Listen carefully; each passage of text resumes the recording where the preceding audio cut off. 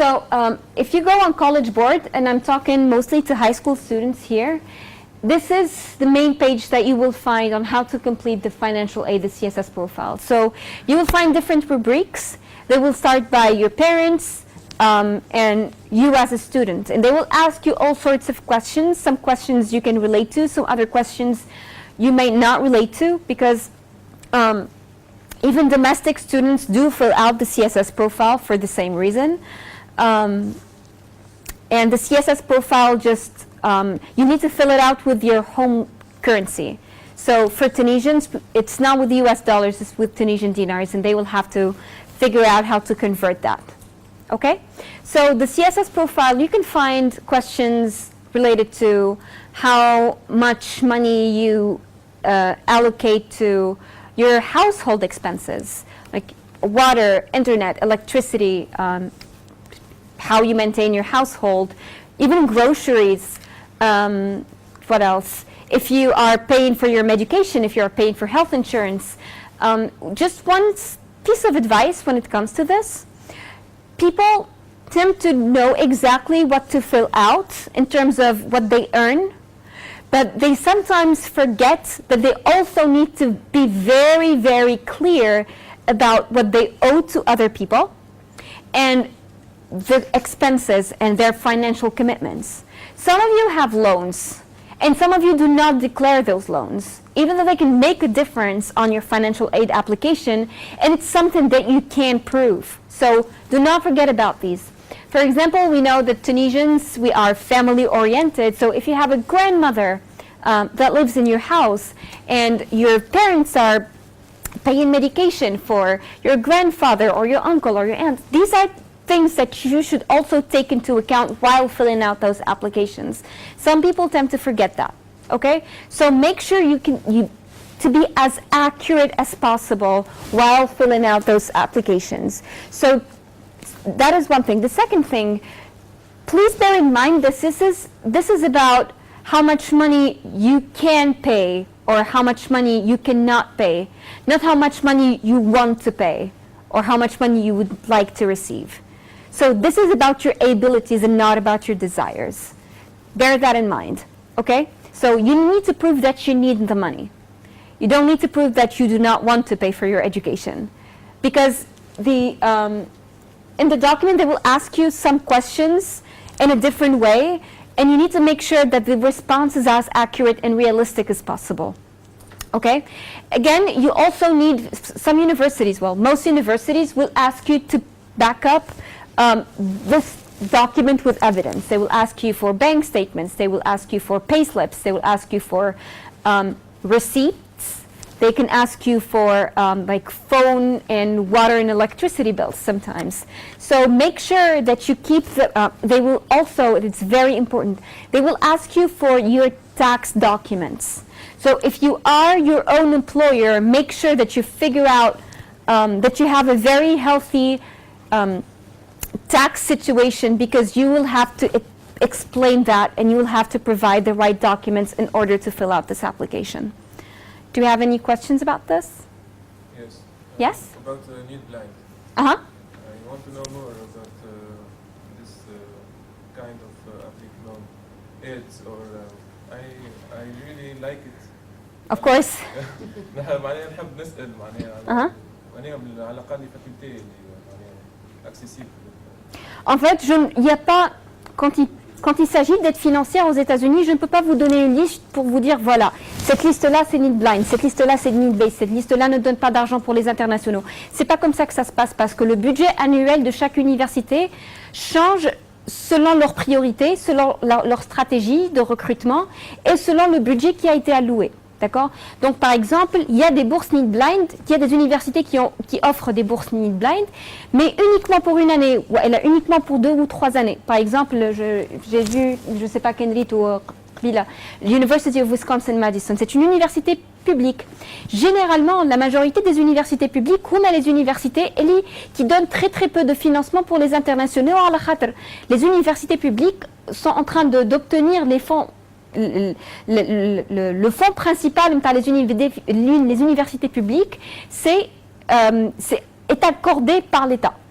Donc c'est c'est un peu plus délicat باش تطلب فلوس من عند une université publique qu'une université privée. Ça ne veut pas dire ما يعطيوش. ينجموا يعطيو mais ما يعطيوش كل شيء.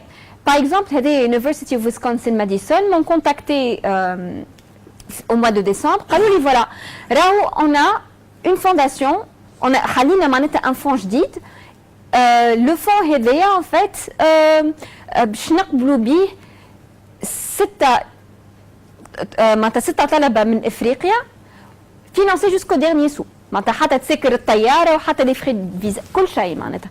Donc it's a neat blind opportunity. Est-ce que ça va se prolonger على الوقت? Je ne peux pas vous garantir ça, ça va dépendre de l'université. Je suis même pas sûre qu'elle مشي يعاودوها عام d'accord? كي تجي تشوفها عاملين لي international students c'est très très peu. وين تلقى international students اللي ياخذوا une bourse complète في une université publique. Donc ريتو ساعات تلقى des opportunités qui sont financées jusqu'au dernier sou. Mais justement, on ne sait pas à quel point c'est régulier. Je ne sais pas si ça répond à votre question. En fait, voilà, ça va être du cas par cas. Je ne sais pas si vous avez assisté les premières présentations liées à Malta. C'est how to find the right fit. Donc, un titre comme des sites web, ou un titre une certaine démarche, et j'ai donné quelques conseils pour que justement vous puissiez trouver la liste universitaire qui vous concerne. Et la composante financière est très déterminante par rapport au choix. D'accord? Vous avez compris un peu comment ça se passe? Ma famille chimiste, c'est pas automatique. Donc, il faut bien pousser ses recherches par rapport à l'âme et l'intitagraphie pour savoir qui fait à un moment donné. D'accord? Et il faut s'y prendre à l'avance. Oui? Oui? Bien sûr possible. Écoute, il n'y a aucune limite d'âge. Aucune. Il n'y a aucune limite d'âge. Au contraire, surtout les labels qui travaillent des programmes de master, là où je pense que l'âge moyen, le master en Amérique, c'est entre 32 ou 35 ans. Donc, c'est une moyenne quand même. Bon, c'est vrai que la tranche d'âge, la moyenne, mais là où une des composantes principales de choix, c'est justement votre CV. Diplôme, vous n'aurez pas réellement la possibilité ou le temps d'avoir une expérience professionnelle conséquente pour que justement vous puissiez savoir argumenter votre choix de master, que ce soit un deuxième master ou un troisième master, ça, c'est vous qui choisissez. D'accord? Ça répond à votre question? Oui, mais juste une question. Aïe? Aïe?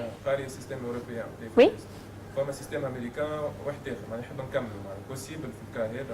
C'est possible. عندك un examen لازمك تعديه. Bon, t'as خرجنا شوية من الsujet. فما un examen لازمك تعديه. Malheureusement, ما يتعداش في تونس. Je peux vous donner mes contacts ou on peut en parler à un moment donné. B. نرجع للloans.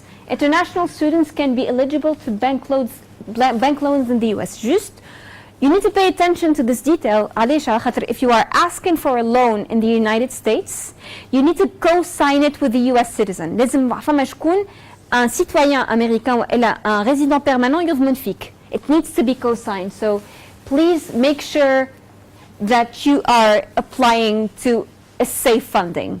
OK?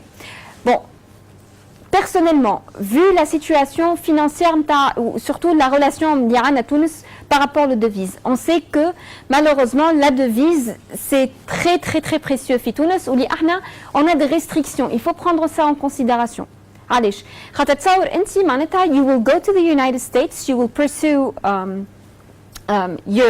you will take a loan from the United States and you will come back to Tunisia with a diploma, and at some point once you found a job you will have to pay your loans back at a certain point. So how will you, if you want to take foreign currency outside of the country, you need to be authorized to do that, and you need to justify the reason why you are taking currency outside of the country. Either you have an export business or you are currently enrolled as an international student at a university abroad. But once you return with your diploma, you are no longer enrolled. So please make sure that you can pay that money back. Okay? Work study. International students are only eligible for part-time on-campus work. So I sort of explained that in the beginning, but you need to make sure that you are eligible for two types of work. It's either the on-campus work and it's counted as a scholarship, or you are allowed to work in the United States with a student visa if you get an OPT or a CPT. So CPTs are called curricular practical trainings. So a curricular practical training is an internship. It could be either paid or unpaid. It really depends on the opportunities that are offered to you, through which you will end up getting work experience before you graduate. So you still are a student, and you get, I think the limit is around 1 year. Okay? So please make sure that you apply to those opportunities through the universities. Don't go out there and ask for an OPT. It is the International Student Office that will help you find those opportunities, and please be sure that you apply to this opportunity while respecting the deadlines, because there is a full organization for that. Okay? And the OPTs are very similar, but instead of applying and getting an internship before you graduate, it happens after you graduate. So once you receive your diploma, you are eligible for an OPT. It's called the optional practical training. So it is an internship opportunity that is offered to international students, and you don't have to change your visa for that. And again, you need to apply through the universities while respecting the university's deadlines. Do not take these for granted. Okay? So again, you can find paid internships, and some of this money can help you at least either save enough money before you come back to Tunisia, or pay parts of your education if you still have loans. So this is how this money can be used. Okay? But you need to make sure that you also stick to the dates, because in some cases, once you complete a full year of a CPT, you cannot apply for an OPT. But the good news is that if you are eligible to an OPT, and if you are doing a STEM field, so STEM is science, technology, engineering, and math, you get a 3-year OPT opportunity, not just 1 year. Okay? Does that make sense? Perfect. Okay. Part-time work can sometimes be permitted. Follow up with the international office for details when you arrive. It's really, really, really important. It is very dangerous for international students who decide to get work outside of campus without the permission of the university, because you will get a student visa and you will only have to use the visa for the purpose for which you applied. So don't use your visa, your student visa, for another purpose. Is there any questions about this? I know sometimes it can be a little bit challenging. I mean, the visa is just another world of its own, so we can have a presentation about the visa with the help of a consular officer. Any questions? Yeah, is there a way, I mean, let's say you graduated. Yeah. And is there a way to have a work permission and with a normal visa? What do you mean by normal visa? I'm talking about the latest point, like find Yeah. a job in the United States and work on your student visa. Yeah. Let's say you finished your studies Uh-huh. and you got a job offer there. Yeah. Could you switch the visa from student one to I think it's the company that hired you will take care of the right documentation, and I think you will apply for a work visa, for a work permit. Okay. And this is how, I mean, in the meantime, I believe you can, but you can actually take a full job a full-time job, or even a job, when it's not academic related, unless it's an OPT. I'm not sure if it makes sense. If you switch your status, you need to switch to the right visa. all right. Okay? But as an international student, you will end up, if you're not under an exchange program, you will end up getting the F1 visa. So the F1 visa, it means that you will be studying, it will allow you to study at the university of which you accepted the offer. So the name and the address of the universities will be written down on your visas, on your passports. So you need to pay attention to that. And of course you have CPTs and OPTs. So these are, and on-campus work. Of course, while respecting the rules and regulations of that. Okay, but if there is anything else besides those, you will have to apply for a different visa for the purpose that you are requiring or that you are requesting, basically. Okay. Tips to apply for financial aid. Do your research. Do not assume that universities will definitely fund you. The most dangerous situation for me, I call it Rabbi Amedlil.